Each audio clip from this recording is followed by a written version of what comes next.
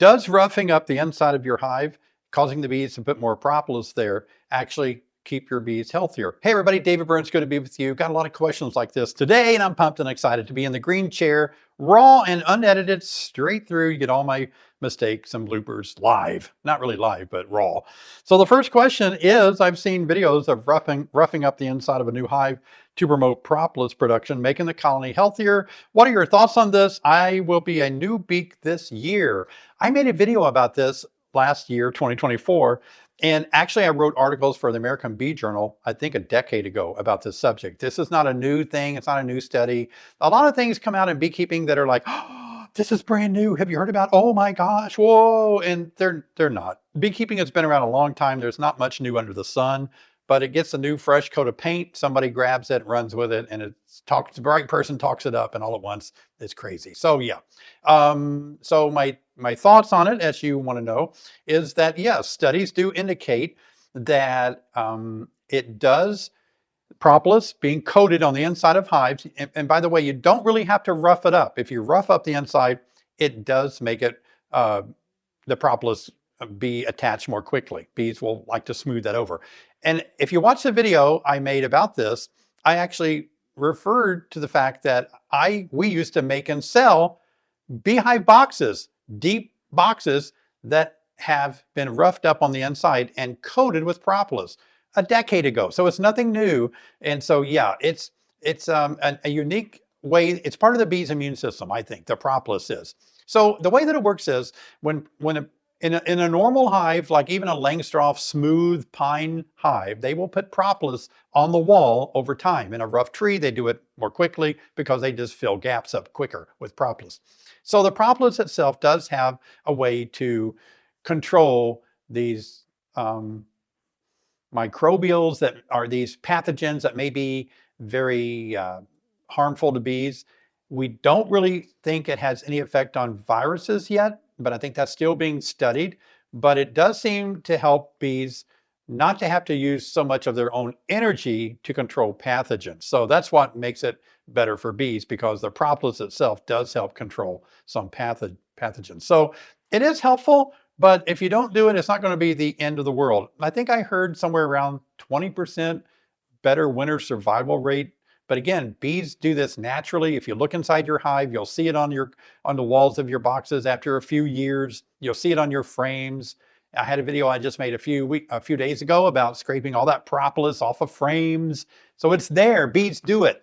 That's my thoughts on it. I switched out my Winter Be Kind board and it had some candy still on it. I tried to knock the bees off, but they hung on. I brushed them, but some fell out of the hive. How can I get them off without losing some? That's always a tough thing. Anytime you do a bee inspection, you're going to lose some bees because some get smashed. I mean, you're moving a lot of equipment. So it's the same thing when you replace a Winter Be Kind board in the wintertime like that. There are some bees that may fly out and will just get too cold. So it's impossible not to ever kill bees when you're changing out your Winter Be Kind boards or you're doing even a summer inspection. So there is some collateral damage that happens during an inspection, but you're doing the best things. I think smoking helps. If you can smoke them, then usually they go, when you change your Winter Be Kind, smoke it, open it up a little bit and smoke the bees down off of it. And maybe they'll stay in the hive that way. What is your favorite way to prevent swarming? Oh, maybe to prevent swarming.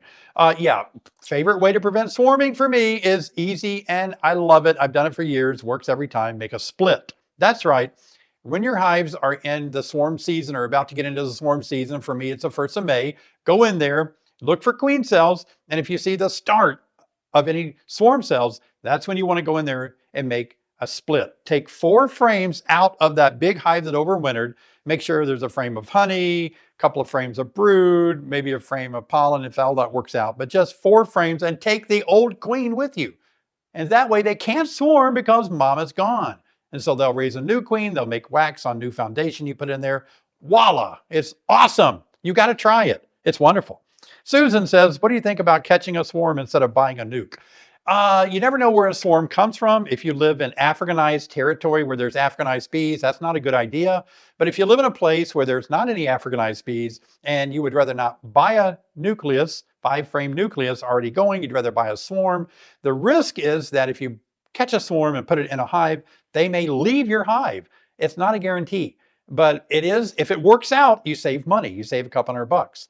So, but you really don't know the genetics of what you're getting. And so that's neither here nor there. For some people, you may not care, but we try to produce the best of queens and bees in the nukes that we sell. By the way, our nukes and packages are on sale now. Honeybeesonline.com if you want to buy some from us.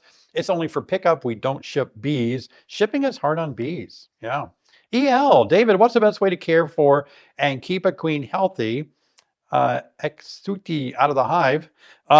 If you're trying to rescue her from a dead out, I can put her in another hive, but can't let her out of a cage. Ooh, I assume you're working in cold weather like I am. But let's say you're not. And you're trying to care for a queen that is out of the hive. If you're trying to rescue her from a dead out, I can put her in another hive, but can't let her out of a cage. Yeah, a queen, let's just go, basic bee biology. I'm a big fan of understanding bee biology. I'm teaching on this in my live stream on Thursday night. By the way, here's the link to my live stream. Thank you all for coming into the live stream so much. I appreciate it. We have hundreds of people every Thursday night asking questions, and these questions are left over from last night.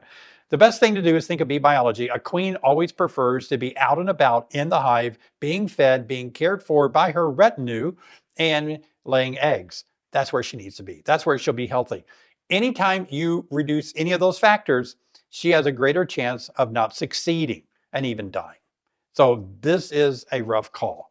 I would count my losses. Yeah, I wouldn't try to keep my queen alive like that. It's going to be pretty tough.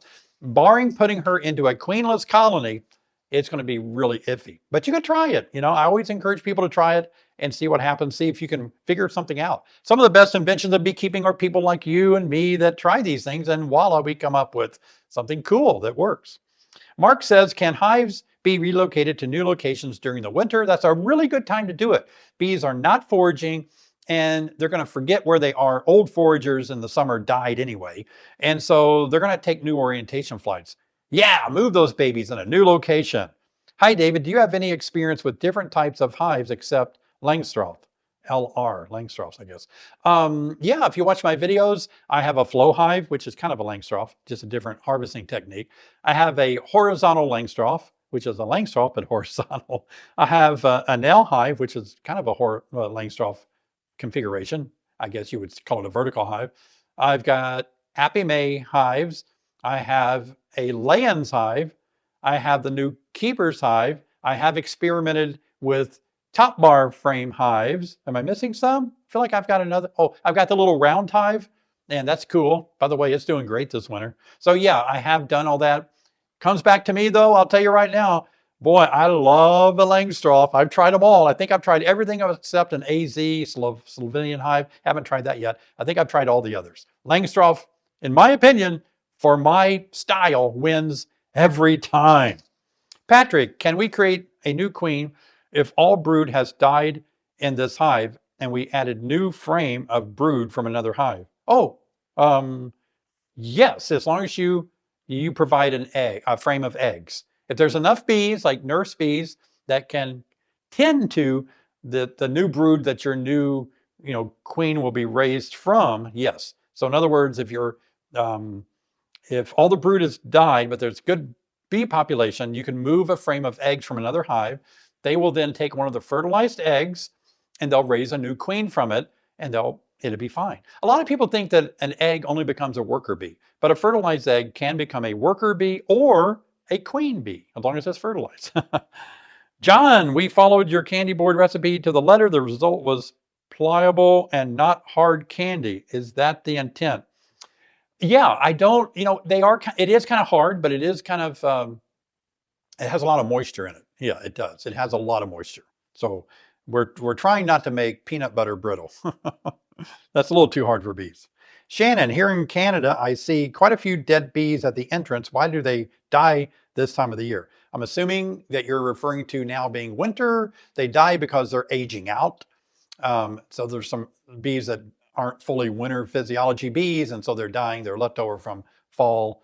And the other reason they die, sometimes they're caught on the outer side of the cluster in real cold temperatures, And it's not unusual to lose 700 or several hundred bees a day in this cold weather. That's why you need to go into winter with a lot of bees. That's not unusual.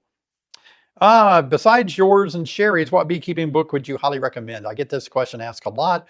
I have a lot of fun books that I enjoy reading and gaining a lot of information out of. Probably, I would say my all-time favorite is What Do You Know by Dr. Clarence Collison. And Dr. Clarence Collison was the academic advisor when I became a certified master beekeeper in 2010 through the Eastern Apicultural Society in North America. He was the academic advisor. And so I got to know him personally. And of course, I value him as a highly intelligent person when it comes to beekeeping, and magnificent. So yeah, that's the book. It's, in case you missed it, it's called What Do You Know by Dr. Clarence Collison. All right, but there's a lot of good books. I don't want to say that there's a bunch that's great. Sunshine, I believe. Sunshine, is that you in Indianapolis? Sunshine R, I didn't catch your last name. Always good to see you. Can a virgin queen accidentally mate with her brothers? Yes, absolutely. Yes, so her brothers grow up with her in her own colony. And typically, a lot of studies have now been done on that. And we do see a crossover between how far the queen goes and how far the brothers will go. So it is quite possible, but nature has a way of kind of controlling that. So the way the sex allele works, things really do have to line up. And so it may not be as, it's not as common as you would think. Nature does get that pretty right. But we used to say that the brothers wouldn't fly as far as the virgin queen would fly. So some would still say this, but some studies kind of, show it a little different. But the idea is that the virgin queen on her mating flight will go further than her brothers would fly to a drone congregation area. So that may still be the case. Yeah. All right, Chase, when making a spring split, should you take the queen in 5 frames and put into a nuke box, into a new deep box, or a new deep box? Also, should you feed right away? Thanks, David. Yeah, 4 or 5 frames, I'd put them in a deep box. That way you're done. You don't have to keep worrying about transferring the frames again.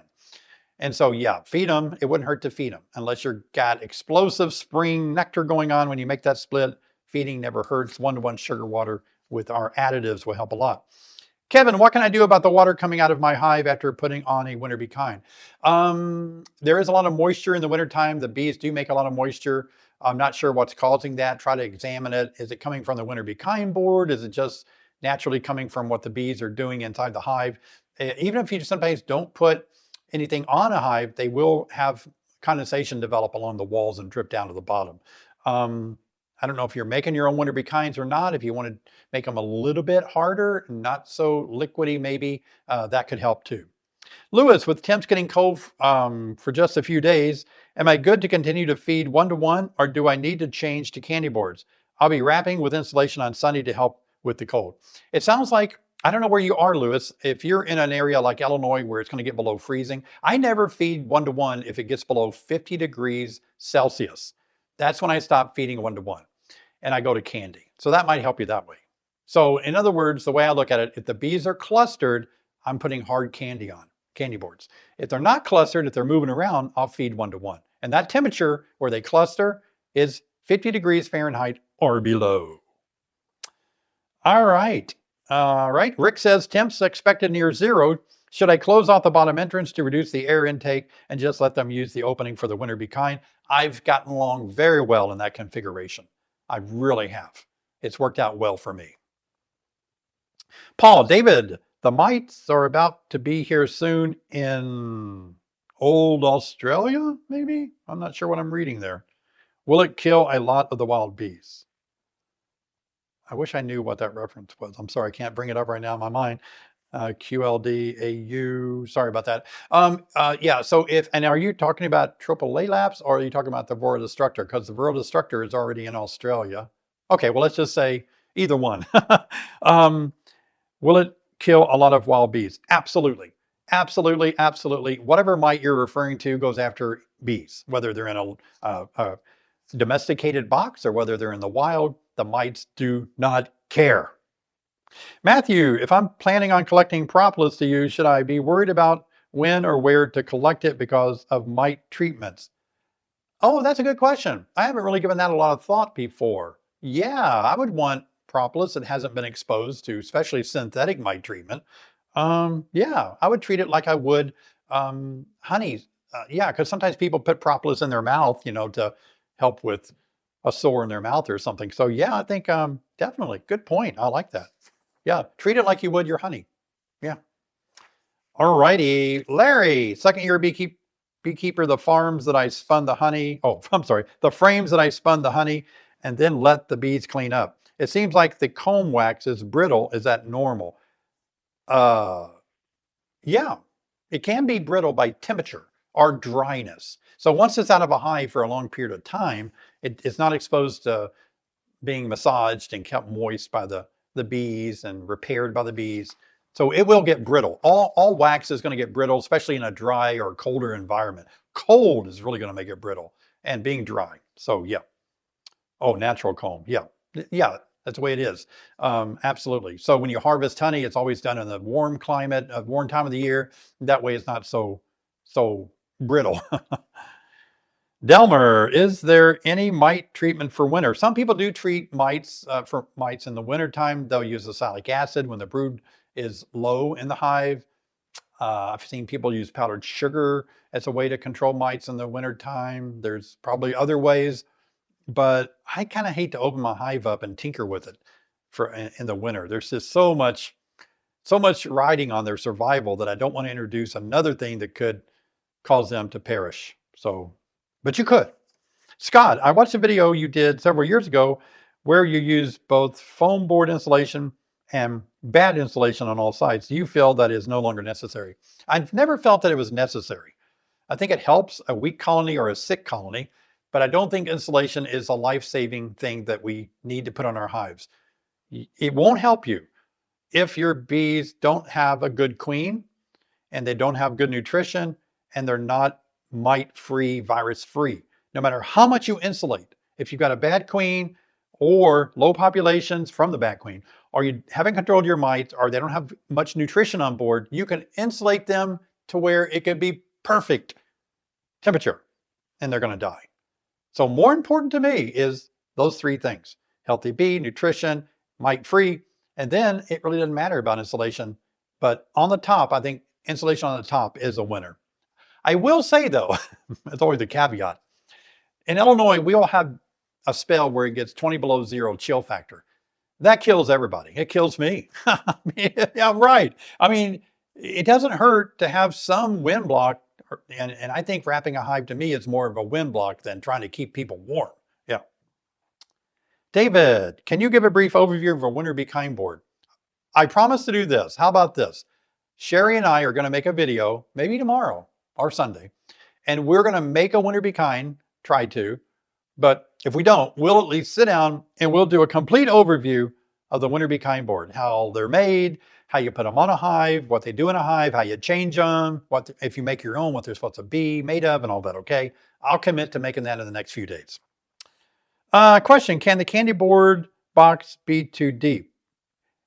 Can the candy box be too deep? I think it can be. I personally have played with this extensively to get the right amount of food at a time. So if you make them too deep, what can happen is on a warm day, it could melt and drip on a small colony and hurt a small colony. So if you have 2 or 3 or 5 inches of sugar that melts, it's going to just kind of get everybody wet and gooky and suffocate your bees. So I like that very small amount of, I use 4 pounds on my winter bee kind boards. That's just enough to keep them going for weeks, depending on how much they eat, and then you can swap it out. That's my take on it. And if you put a big board of candy on there, it just changes everything. I found that what we put on there is that balance. I'm not going to say perfect, but it's a balance of a lot of things. Yep. Oh, wow, we got through them. Woo-hoo. All right, everybody. I'm happy to be with you on this Friday Green Chair Answer Day. Man, thanks a million for watching, by the way. Thanks for being a part of my live stream. I work hard to make our live stream very special time for the beekeeping community. Get together and have a lot of fun.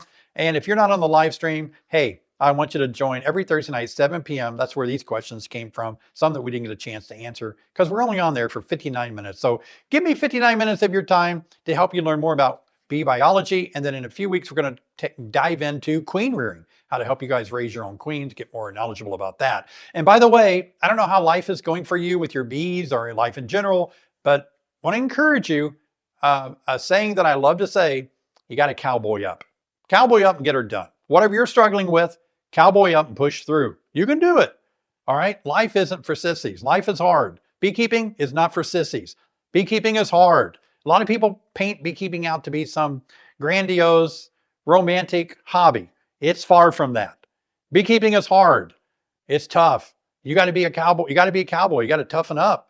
Cowboy up, get on the horse, and you'll make it. All right. It teaches us a lot about being resilient, being persistent, and having the courage to keep trying new things, trying to keep our bees alive. We love our bees. We love beekeeping, but we have to cowboy up. It's not an easy task. As you can see, that's why a lot of people are asking a lot of questions. And there's a lot of people that are not answering beekeepers' questions. Well, I'm here for you. I've been here answering questions for many years. I'm helping new beginners. I'm helping people who've been doing it a while. I got your back. Appreciate you watching. I love you guys. Take a look at the video right here. If you haven't seen this one here, it's all about how to get those frames ready for the next season, in case you had a dead out, or maybe you got a bunch of frames left over. Clean them up, or maybe get rid of them if they're too old. I'll see you guys over there.